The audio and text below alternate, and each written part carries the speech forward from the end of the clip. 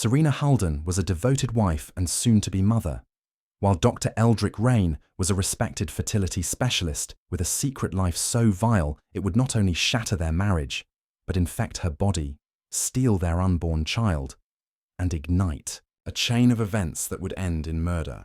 Serena Halden had always believed in fairy tales. Growing up in a quiet town in Georgia, she spent her youth dreaming of love, family, and a peaceful home. She was the kind of woman who baked from scratch, sent handwritten thank you cards, and smiled at strangers on the street. Her kindness was often described as rare, almost fragile. When she met Eldric Rayne at a health conference in Atlanta, it felt like fate had delivered her perfect match. He was charming, successful, and attentive. Eldric worked in pharmaceutical sales, often traveling for business, and had an effortless way with words. Serena, a nutritionist at a local clinic, was drawn to his confidence and intelligence. Within a year, they were married. The wedding was small but beautiful, just like Serena wanted. It was held in her late grandmother's garden, beneath a white trellis covered in blooming wisteria. Everyone said they looked like a couple from a storybook. Their life began quietly in a newly built house on Ashwell Lane, nestled in a cul-de-sac surrounded by pine trees and chirping birds. It was the kind of neighborhood where people waved from their porches and dogs roamed freely. Serena wasted no time turning the house into a home. She painted the kitchen yellow, filled the bookshelves with baby books, and left little notes for Eldric in his briefcase. When she found out she was pregnant, she cried tears of joy alone in the bathroom before surprising him with a framed sonogram. In public, Eldric looked like the proud husband. He touched her belly often, brought home little gifts, and made a show of being the ideal partner. But when he traveled for work, which was often, he became unreachable. He would go days without texting back. His explanations were always smooth: poor reception, late meetings, misplaced charges. Serena trusted him. She had no reason not to. She believed that love, once spoken and sealed by vows, was sacred. The first sign of something off was subtle: a receipt in his pants pocket from a hotel in Charlotte, though he had told her he was in Nashville. When she asked about it, he laughed it off as a booking error and said the company had switched locations at the last minute. Serena accepted it. She always gave the benefit of the doubt. But from that moment, a tiny seed of uncertainty began to grow in her heart. Still, Serena remained focused on the baby. She spent hours researching prenatal care, attended yoga classes, and kept a journal for her future child. She wrote entries like love letters, documenting each kick, each craving, each hope. She imagined a life filled with bedtime stories and morning pancakes, family vacations and dance recitals. Her world revolved around this unborn child. Her social media pages became filled with soft baby-themed colors, inspirational quotes, and pictures of her glowing bump. She wore her joy like armor, not knowing what evil was festering just beyond her sight. Meanwhile, Eldric's life outside of their home was unraveling in ways Serena couldn't imagine. While on his so-called business trips, he indulged in reckless behavior, parties, random women, and drugs. He wasn't just cheating, he was putting himself and others in danger. In private circles, he was known as someone who didn't ask questions or care for consequences. He had a reputation, but none of it ever reached Serena's ears. He was careful, deleting texts, hiding apps, and using burner phones. The facade at home remained intact. Serena's family adored Eldric. They often told her how lucky she was to have found someone so driven and well-spoken. To them, he was the perfect son-in-law. No one suspected that behind his polished smile was a man spiraling deeper into deceit. Serena continued preparing for motherhood alone most of the time. Eldric's work kept him busy, he claimed, but when he was home, he made just enough effort to avoid suspicion. Flowers after each trip, foot rubs on the couch, and over-the-top gestures that felt sweet, but hollow. Serena started noticing subtle changes in her health. She felt tired all the time, despite eating well and sleeping plenty. She brushed it off as part of pregnancy. Sometimes she had night sweats, other times dizziness. Still, she smiled through it. After all, every pregnancy was different, and doctors told her everything looked fine. Her blood work, they said, showed a slightly weakened immune system, but nothing alarming. Every time she felt doubt creep in about Eldric, she forced herself to look at the nursery walls she had painted. Herself, the soft lavender curtains, the crib, the tiny socks folded perfectly in drawers. She couldn't afford to think anything bad about her husband. Not when they were so close to becoming a family. Not when love was supposed to fix everything. But love, as Serena was about to learn, doesn't shield against betrayal. And sometimes, the worst kind of monsters aren't the ones who sneak in through windows. They're the ones who kiss you goodnight and say they love you before disappearing into the dark. Eldric wasn't just keeping secrets. He was carrying a silent weapon inside his blood. And with every moment Serena trusted him, that weapon moved closer to destroying everything she held dear. The morning Serena collapsed began like any other. She had woken early, made her usual breakfast of oatmeal with fruit, and sat by the window flipping through a baby name book. Her ankles had been swelling more than usual, and the fatigue that clung to her body now felt heavier than it ever had. But she pushed herself up, whispering encouragement to her unborn child, as if her own determination could carry them both through the day. Around noon, while folding baby clothes in the nursery, a wave of dizziness washed over her. She clutched the changing table for balance, but her vision blurred, and before she could call for help, her knees buckled. She woke up in a hospital bed with machines beeping steadily beside her.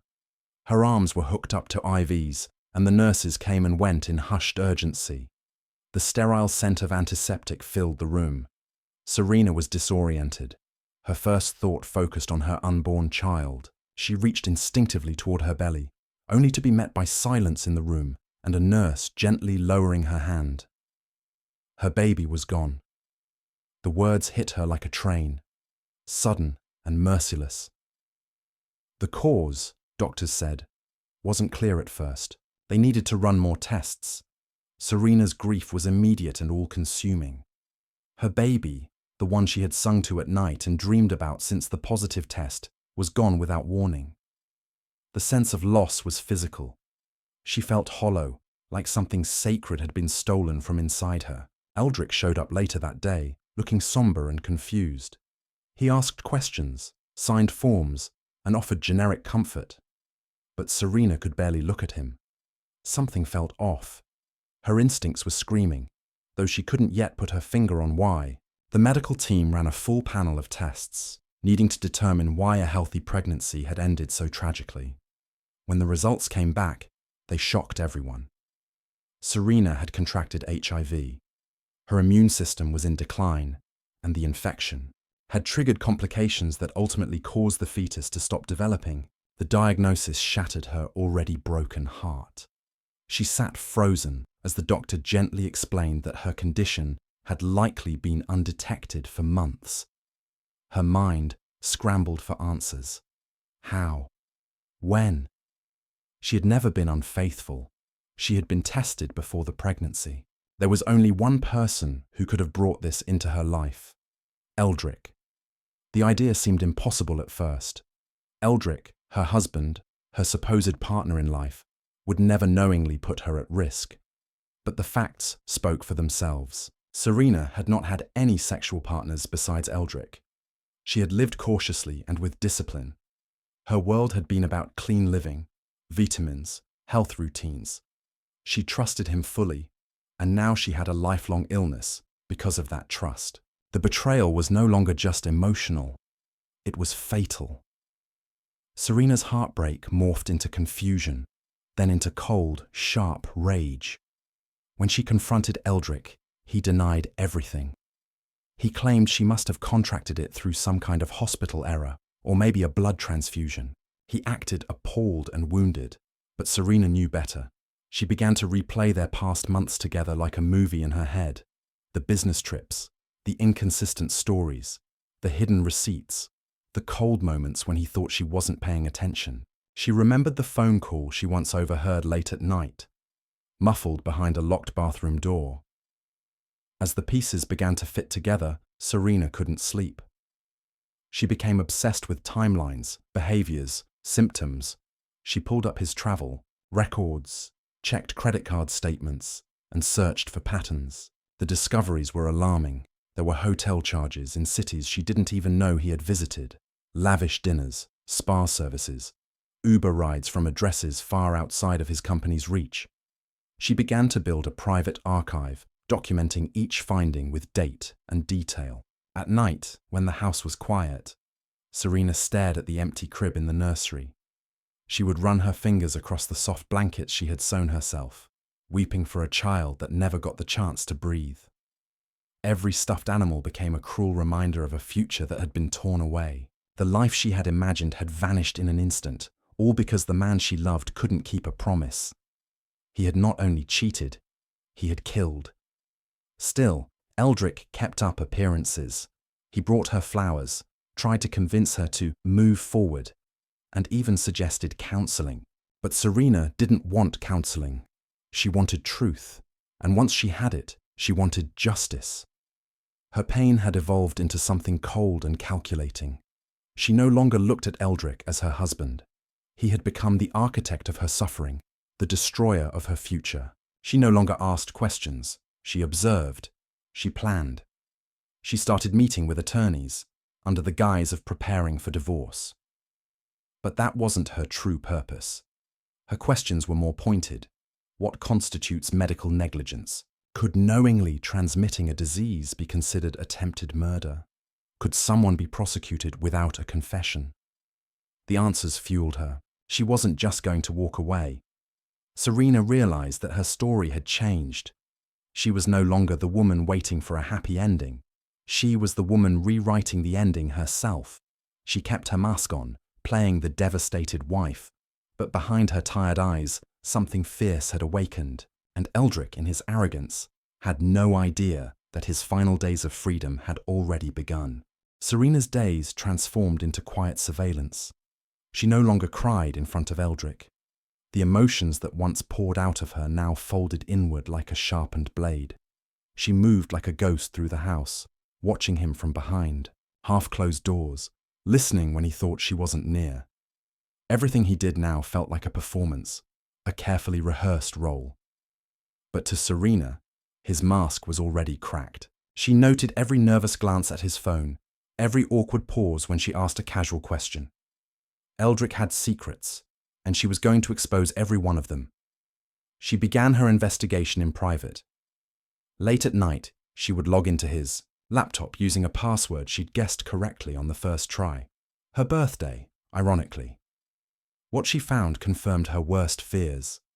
There were emails from women she didn't recognize, threads of messages sent at odd hours, attachments labeled private, and even photos hidden in encrypted folders. She catalogued everything, saving screenshots and storing backups on a hidden drive she kept in a shoebox behind the attic's insulation. Every file was another nail in his coffin. She tracked one of the women down through social media. Her name was Leah, and she lived 2 cities away. Young, attractive, and based on her posts, completely unaware that Eldric was married. Serena created a fake profile to message her, posing as someone from a medical office conducting a survey related to STD awareness. Leah responded quickly. Within days, Serena learned that Eldric had visited Leah regularly during his supposed business trips and never once mentioned having a wife. Leah, shocked and scared after Serena subtly introduced the topic of HIV, agreed to get tested. Triag, results came back positive. Leah had contracted HIV, just like Serena. The pain of her baby's death surged in Serena's chest once again. But this time, it was paired with the validation she needed. Eldric wasn't just reckless, he was destructive. He was walking around infecting innocent women without any regard for their futures.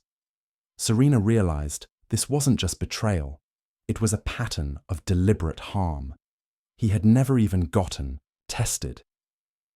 He simply moved from woman to woman, gambling with lives. Fueled by this revelation, Serena began tracing other women Eldric had contacted. She reached out to 2 more women, both of whom had similar stories, one of whom had also recently suffered a miscarriage. Serena kept the tone clinical, never revealing her identity. She collected evidence, printing out transcripts of every conversation. In the eyes of the law, it wasn't just a personal tragedy anymore. It was beginning to look like a criminal case. Still, she said nothing to Eldric. She smiled when he brought her dinner. She thanked him when he offered to run errands. All the while, her heart beat with fury beneath the surface. At night, she lay in bed with her eyes open, staring at the ceiling, imagining what justice would look like. For a time, she considered going to the police. She drafted statements, compiled her findings, even practiced how she'd explain this timeline. But it wasn't enough. Something about it felt too clean, too passive. Eldric had taken everything from her, her health, her child, her peace, and a courtroom felt too merciful. One afternoon, Serena visited a local support group for women living with HIV. She sat quietly, listening to their stories, absorbing their grief. When it was her turn to speak, she said only that her illness came from betrayal. A woman beside her gently placed a hand on her arm. The touch, soft and understanding, made Serena feel seen for the first time in weeks. She didn't need sympathy. She needed power. The realization hit her like a cold gust of wind. Eldric hadn't just infected her body. He'd tried to infect her mind, and she was done being his victim. As weeks passed, Eldric began to act nervous. Serena suspected he sensed something was wrong. He started asking questions. "Where are you going? Why are you staying out so late?"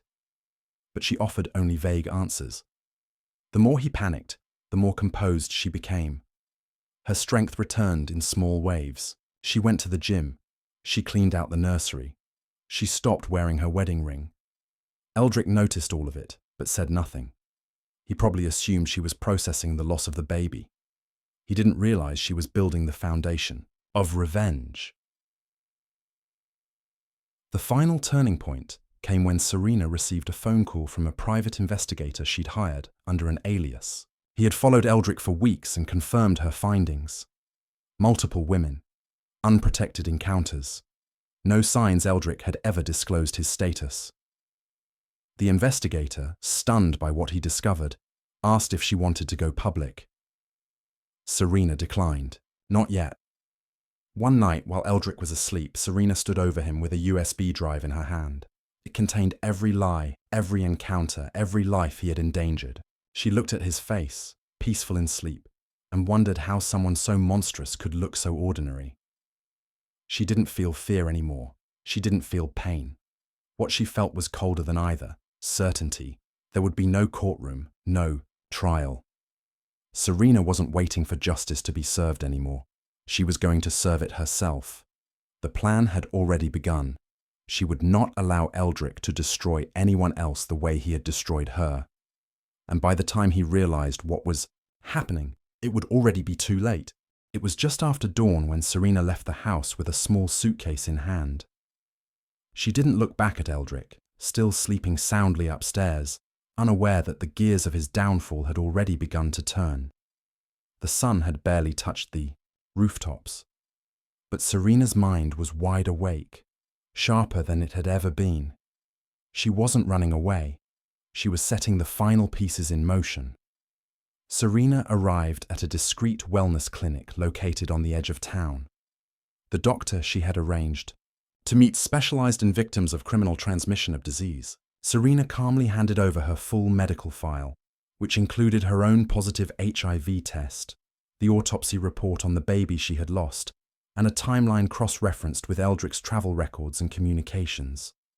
The doctor didn't ask many questions. What he saw in her documentation was damning enough. Serena requested an official medical opinion and a detailed statement. She needed someone to confirm what she already knew, that the virus had been introduced to her system during her pregnancy by her unfaithful husband. Next, she visited an attorney, someone she had researched extensively, known for aggressive litigation and zero tolerance for predatory behavior.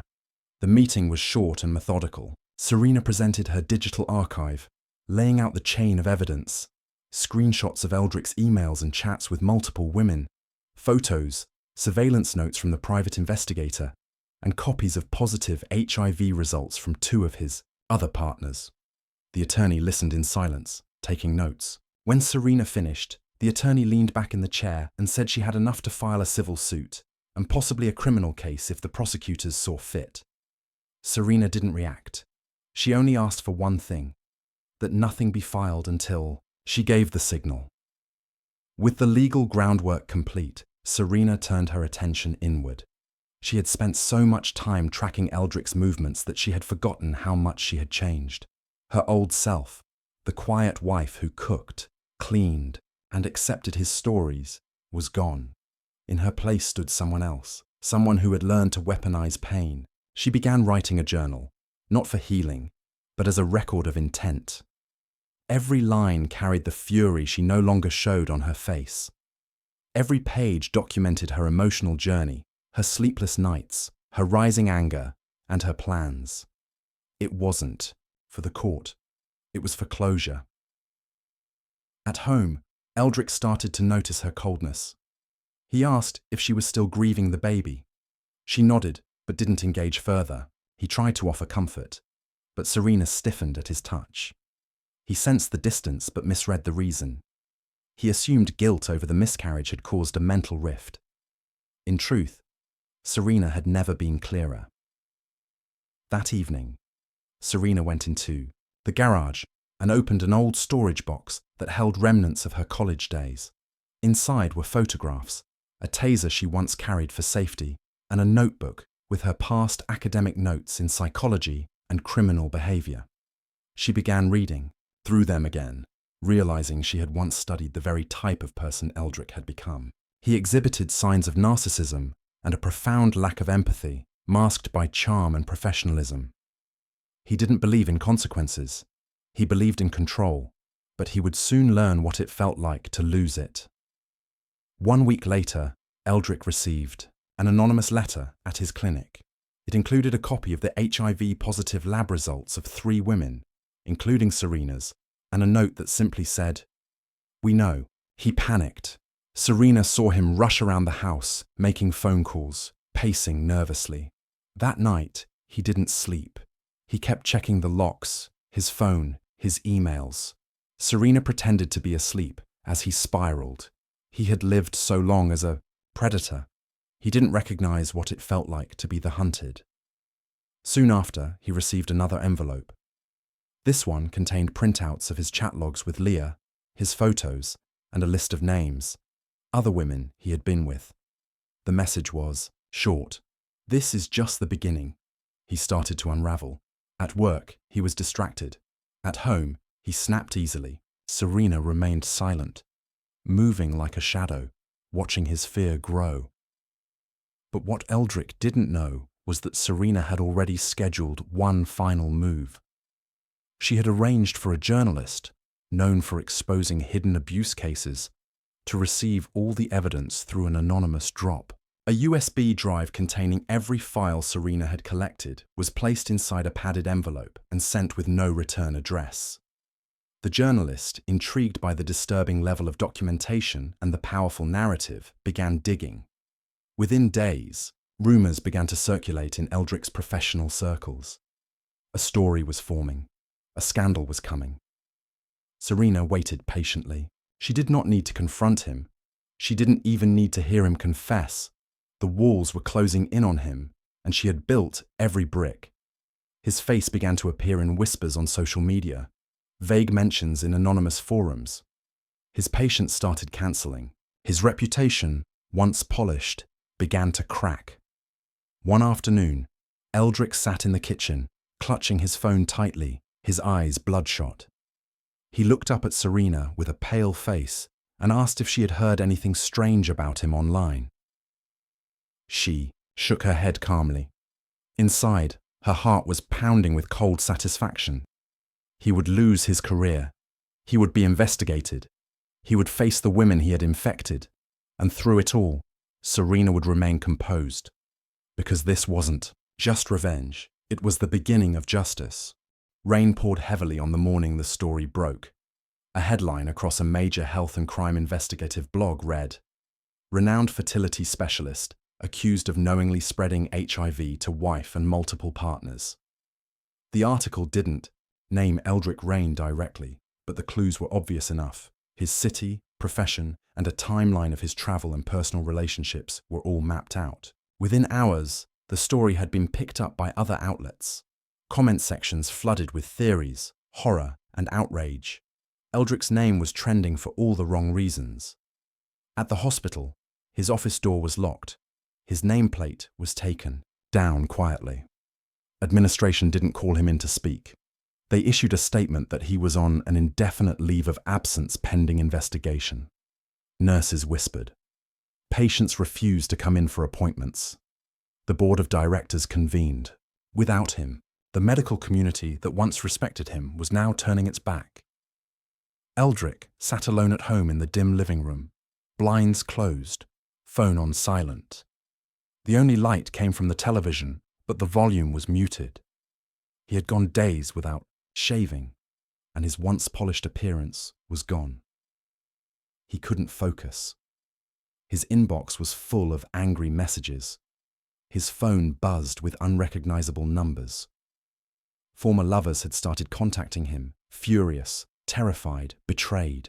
The truth he had so carefully buried had come up like a corpse in shallow soil. Serena remained eerily calm. She moved through the house like a ghost, quiet and unreadable.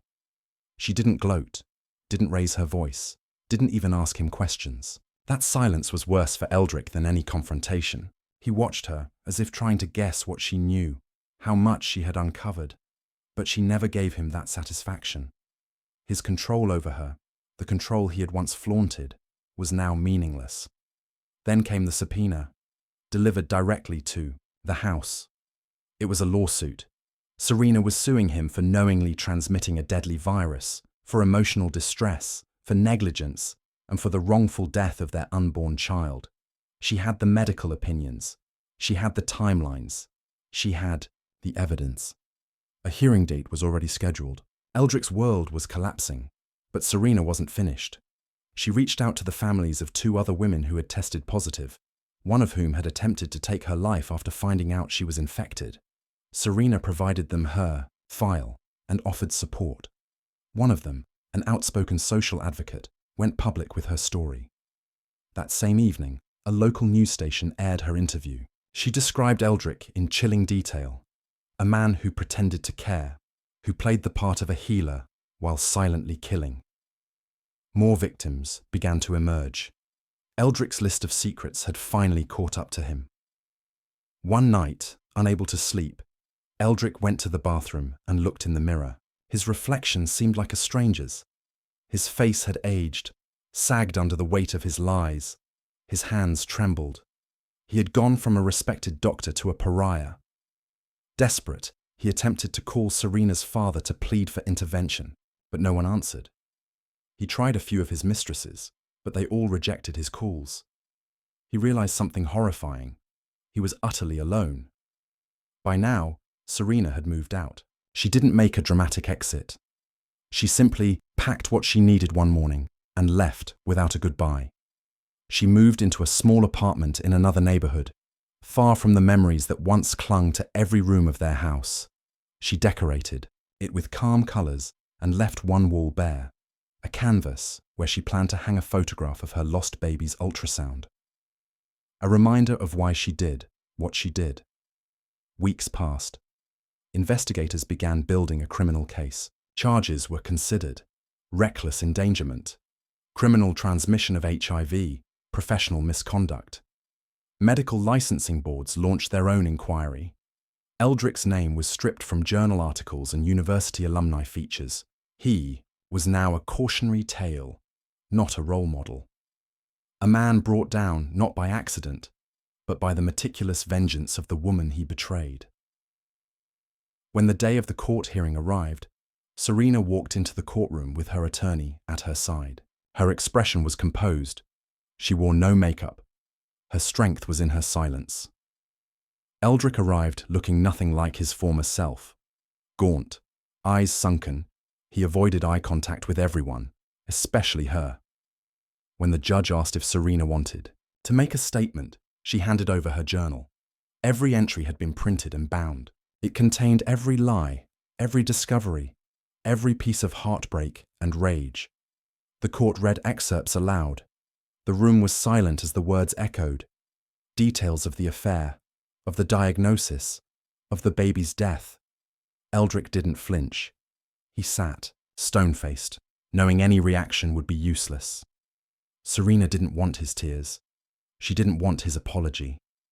She wanted him exposed, stripped of the mask he had worn for years. By the time the hearing ended, the judge agreed there was enough to proceed with both civil and criminal action. Outside the courtroom, journalists swarmed. Serena said nothing. She simply walked past them, her head high. Eldric, on the other hand, was shielded by his attorney, avoiding cameras, visibly shaken. Months later, Serena visited a small garden, just outside town. She planted a tree in memory of her baby, placing a small engraved stone at its base. It read, "Loved before breath, mourned forever." She sat on the bench nearby, watching the tree sway in the wind, feeling something unfamiliar. Peace. Eldric, now suspended from practicing medicine, awaited trial. Rumors swirled about plea deals, about fleeing the country, but no one cared anymore. He had already been tried in the court of public opinion and found guilty. Serena didn't look back. She had turned pain into power. She had built a quiet justice from ruins, and in that silence she found her closure.